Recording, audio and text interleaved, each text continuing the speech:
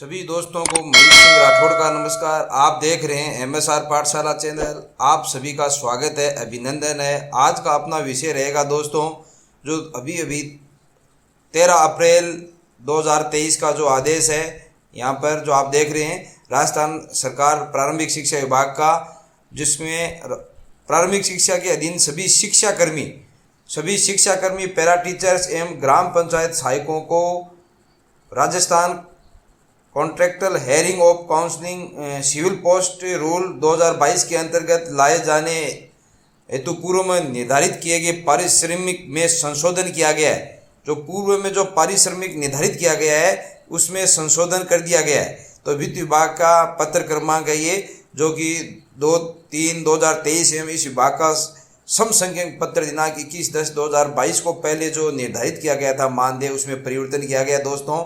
और इसके अंतर्गत कुछ क्या क्या प्रावधान रखे गए हैं, मैं आज ये आपको पूरा अच्छी तरह से बताऊंगा। उपरोक्त विषय अंतर्गत प्रारंभिक शिक्षा के अधीन कार्यरत शिक्षाकर्मी पैरा टीचर्स एवं ग्राम पंचायत सहायक, इन तीनों के लिए है ये।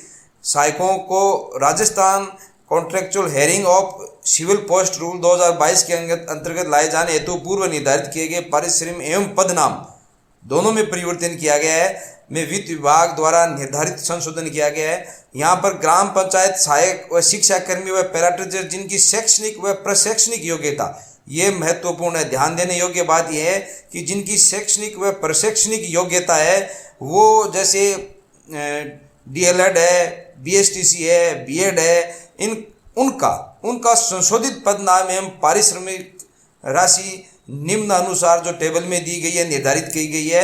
अर्थात जो शिक्षाकर्मी पैरा टीचर व ग्राम पंचायत सहायक जिन्होंने प्रशैक्षणिक योग्यता, जो कि मिनिमम योग्यता होती है, वो प्राप्त कर रखी है, DLED है या BSTC है या BEd है, उनके लिए जो पदनाम है वह परिवर्तित किया गया है।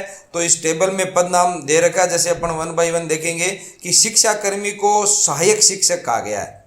अब पदनाम, संशोधित पदनाम, जो कि पहले शिक्षाकर्मी कहा गया था, उसको अब सहायक शिक्षक पदनाम दिया गया है। पैरा टीचर को कनिष्ठ शिक्षक कहा जाएगा और ग्राम पंचायत सहायक को पंचायत शिक्षक कहा जाएगा।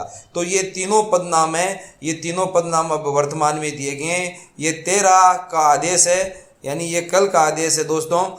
और शैक्षणिक योग्यता है जो BEd या DLED या BSTC रखी गई है। और इनके नियमों के अंतर्गत जो कि वर्तमान में जो नियम है उनमें संशोधित पारिश्रमिक है वो भी कर दिया गया है। यहाँ पर जो शिक्षाकर्मी थे जिनको सहायक शिक्षक कहा गया है और उनका वेतनमान है 16,900 रखा गया है। उसी प्रकार पैरा टीचर्स है, उसका नाम कनिष्ठ सहायक दे दिया गया, उसका भी वेतनमान है वो 16,900 रखा गया है। उसी प्रकार ग्राम पंचायत सहायक है, उनको पंचायत शिक्षक कहते हुए उनका वेतनमान भी 16,900 निर्धारित कर दिया गया है। ये नियत वेतनमान है जिनमें संशोधित किया गया है। जो पहले आपके Rajasthan contractual hiring and civil post rule 2022 है, उसके अंतर्गत 21/10/2022 को जो वित्त विभाग ने आदेश निकाला था, उसमें संशोधित करके ये नया पदनाम दिया गया है और नया वेतन निर्धारित किया है। तो ये यहाँ पर तीनों पदनाम तीनों नए दिए गए हैं कि शिक्षाकर्मी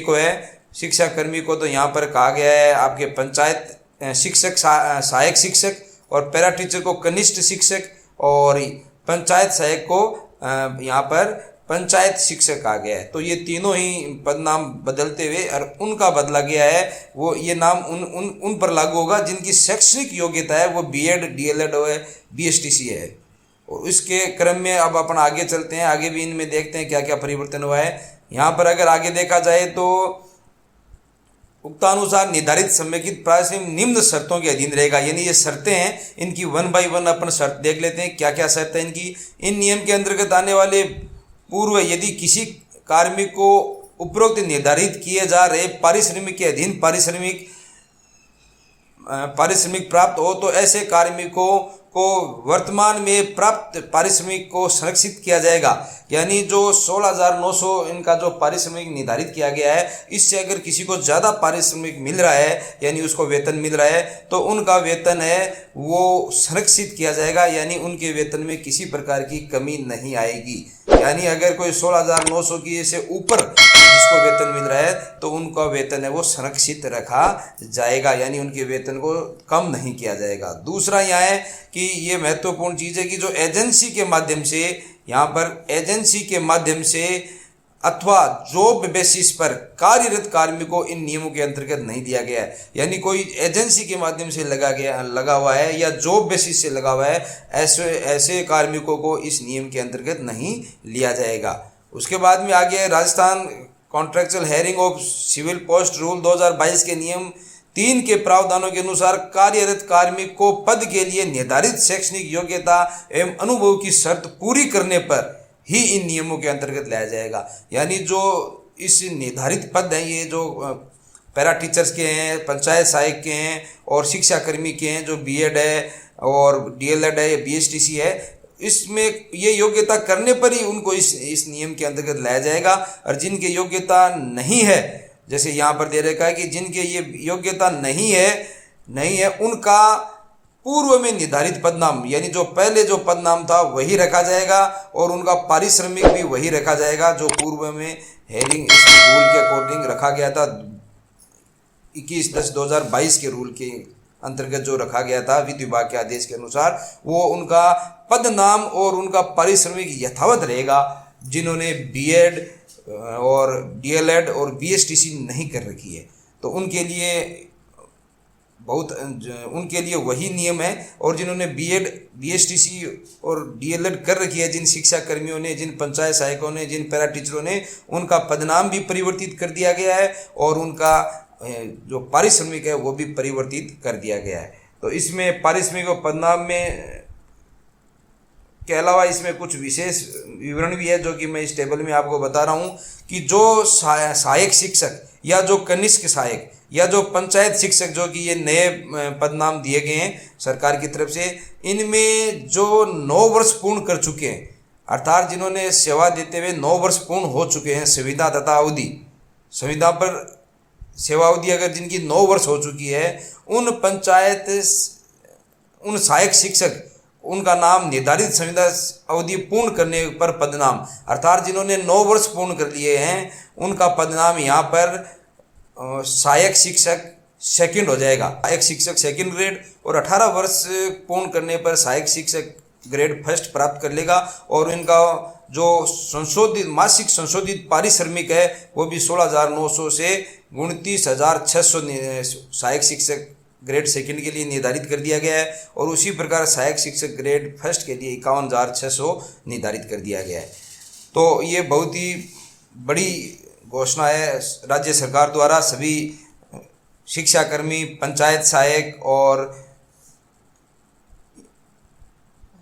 पैरा टीचर्स के लिए। तो ये बहुत ही सेवा जो कार्यकाल है इनका वो गिन लिया गया है, पुराना भी, और उनको 9 वर्ष के बाद में या 18 वर्ष के बाद में जो एसीपी अपने सामान्य शिक्षकों को दी जाती है वही नियम इनके लिए कर दिया गया है। और इनका मानदेय भी या पारिश्रमिक भी काफ़ी अच्छा रखा गया इस बार। और यहाँ पर विशेष विवरण में देखो दे रखा है कि 9 वर्ष से प्राप्त मानदेय में 2 वार्षिक वृद्धि जोड़कर निर्धारित किया गया है। यानी ये जो पारिश्रमिक संशोधित मासिक पारिश्रमिक निर्धारित किया गया है, ये 9 वर्ष से प्राप्त जो मानदेय था उनमें 2 वार्षिक वेतन वृद्धि जोड़ी गई है। ये सभी में ऐसा ही किया गया है, सभी में समान रूप से निर्धारित किया गया है।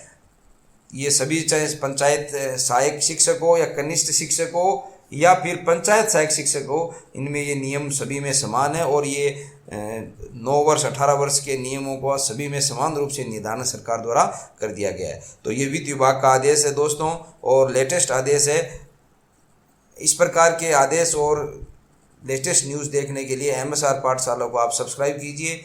धन्यवाद। आपका प्रिय दोस्त महीप सिंह।